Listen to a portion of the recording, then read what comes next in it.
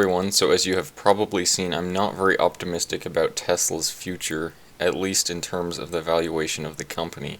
I've made several videos about how this could potentially be the most obvious bubble in this current market and how it will eventually pop.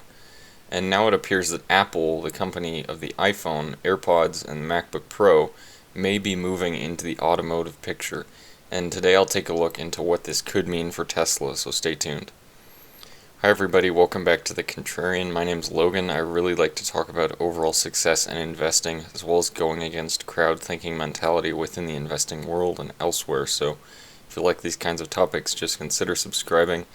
And I also want to make a disclaimer that none of this is to be taken as financial advice. I'm not a financial advisor, and also I don't have a short or long position on Tesla or Apple, so I really don't have any sort of vested interest in this, but it interests me nonetheless. I think it's a major development in terms of Tesla and the EV world. And to begin with, we kind of knew that this could be coming for the last several years, but it appears that Apple has confirmed that they will be producing an electric car. So starting in 2014, Apple began working on Project Titan, with upwards of 1,000 employees working on developing an electric vehicle at a secret location near its Cupertino headquarters. Over the course of the last several years, internal strife and leadership issues and other problems impacted the car project, and 2016 rumors even suggested Apple shelved plans for a car. But Apple has overcome development problems and still plans to develop a consumer-facing car. The Apple Car project has changed leadership several times, and hundreds of employees have been laid off during the course of development, but now it's under the leadership of John Giannotto, Apple's AI and machine learning chief, who took over the reins from Bob Mansfield after Mansfield retired in 2020. So we essentially have just seen that Apple's car development is back on, and it could be coming actually a lot sooner than expected. In December of this year, Reuters confirmed that Apple is still working on a full Apple-branded car aimed at consumers. Apple is developing a new battery design that has the potential to radically reduce the cost of batteries and increase the vehicle's range. Apple is creating a monocell design that will bulk up the individual battery cells and free up space inside the battery pack by removing pouches and modules that hold battery materials. This will allow for more active materials in a smaller package. The battery technology has been described as next level and similar to the first time you saw the iPhone. Apple is said to be planning to rely on a manufacturing partner to build vehicles and is still working with outside partners for car components such as LiDAR sensors. So this is a really big deal. I'll discuss why Apple is such a major competitor to Tesla. And it's true that there's other competition, from these startups like Rivian and Lucid Air, or it's Lucid Motors, but they have the new Lucid Air, car that they're coming out with. Rivian's coming out with their R1T truck and this SUV, and Rivian's also backed by Amazon, so they have a lot of funding, but you also have competition coming from industry titans such as Volkswagen and Ford and General Motors, but in my opinion, Apple could be the most fierce competitor yet for Tesla, and this has to do with several reasons. It mainly has to do with the skill that they already have, and the capability they have to hire, and just the talent that they have within their company already. They're a very large company, I think they are the largest market cap company in the world, over $2 trillion market cap. So they have a lot of talent already that they can throw at this. It's not some startup like Rivian that's having to hire a bunch of new people. They already have a lot of talent within their company that they can just relocate to this project. The other reason is the technological advantage that they have as a company. So they are, in fact, a tech company. A lot of Tesla bulls like to call Tesla a tech company, but in my opinion, Tesla is not a tech company right now. It could become a tech company if they actually become, selling tech products of some kind, but they aren't actually selling tech products right now.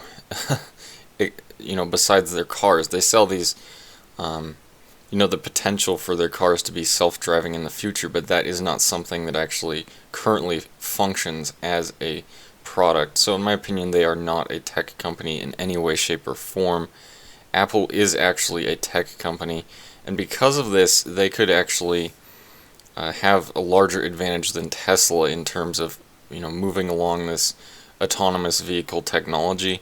I know that Tesla has been ahead of this in this area so far, but Apple really has the potential, again, with the talent they already have and the just the experience of being a tech company and a very innovative tech company. I mean, imagine what this new kind of battery design that they're talking about could do. Tesla has thousands of individual cells that go into making each of the battery packs in every one of these cars. And what if Apple just is capable of creating some, new design that has just, orders of magnitude fewer cells in the battery pack, and therefore can reduce the overall weight and size of the battery pack, and therefore the cost of the battery pack. That would be huge. No other company is trying to design a battery in that way. All these other companies, Volkswagen, General Motors, they're all using these pouch battery designs. So if Apple can in fact create this kind of monocell battery design, this would be really huge. They would be extremely cost competitive with Tesla, because the battery is 1/3 of the price of a new vehicle. So that would be huge if they were to actually be able to develop that kind of battery. And then the last reason that they are probably the most fierce competitor to Tesla is just their balance sheet and the sheer amount of capital that they have to invest in such a project. If they really wanted to, they could really take on Tesla, in my opinion. So let's look at their balance sheet and compare it to Tesla's. Apple balance sheet, look, total assets, 323 billion is what that would be. Current assets, 143 billion. Cash equivalents, 90.9 billion. And cash, just alone, 17.7 billion. They could throw, several billion at this project and still have a significant amount of cash. So now let's look down at Tesla. Tesla total assets, 34 billion. So it's already, what, a tenth of what Apple has? Current assets, 12 billion. Cash equivalents, 6 billion. And then they don't specify how much cash they have. So probably significantly less than 6 billion. So hopefully you can see that Apple just really has a huge advantage with the size of the company they are and the amount of capital they have that they can just easily allocate into research and development and progression along mass producing their kind of car. They could easily produce all these factories and facilities they need to produce these battery packs, and in my opinion, they're the biggest competitor Tesla could be facing in the coming years. So hopefully you begin to see how big of an advantage Apple has over Tesla, and just looking from a technological standpoint as well, they have a large advantage as well, just with all the talent they have, all the technology that they currently have, with all their products that they're selling, all the user base that they have. Just think about all the people around the world and in all these, countries, Europe, the United States, Australia, that use Apple products and that love Apple products and that think that Apple products are the best thing on the planet. I mean, in my opinion, Apple would have to do very little, if any, marketing expense on their car. They could just essentially say, we're building a car, and they would have unlimited demand from that kind of an announcement. They wouldn't have to run all these advertisements. All these other companies like Ford, they're going to have to advertise what they're doing, but Apple, in my opinion, just has such a large user base who really loves them that they wouldn't have to do that. Let's look at their recruitment efforts. Apple started with the team with about 200 employees working on the Apple Car, but it was said to be aiming to have more than 1,000 employees since early 2015.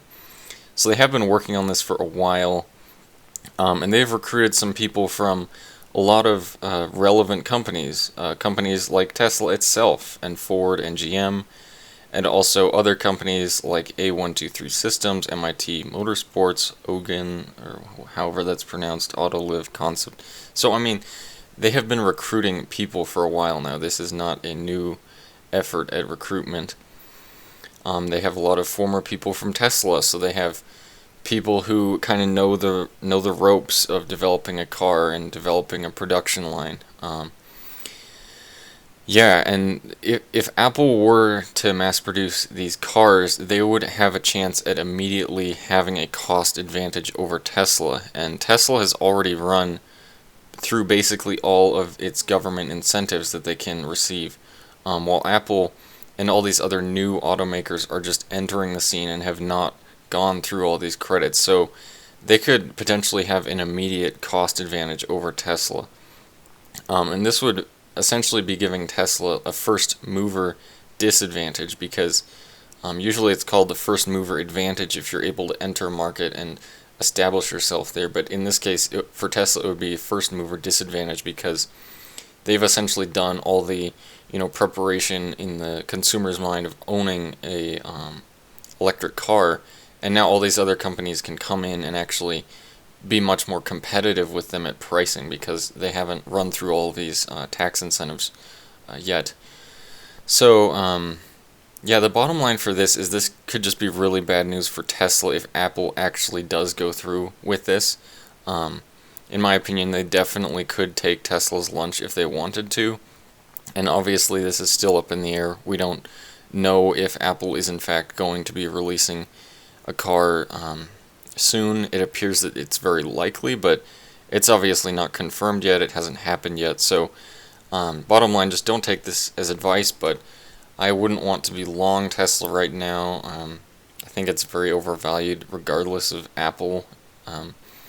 But anyway, let me know what you guys think about all of these developments for Tesla and the EV world, and I hope to see you again.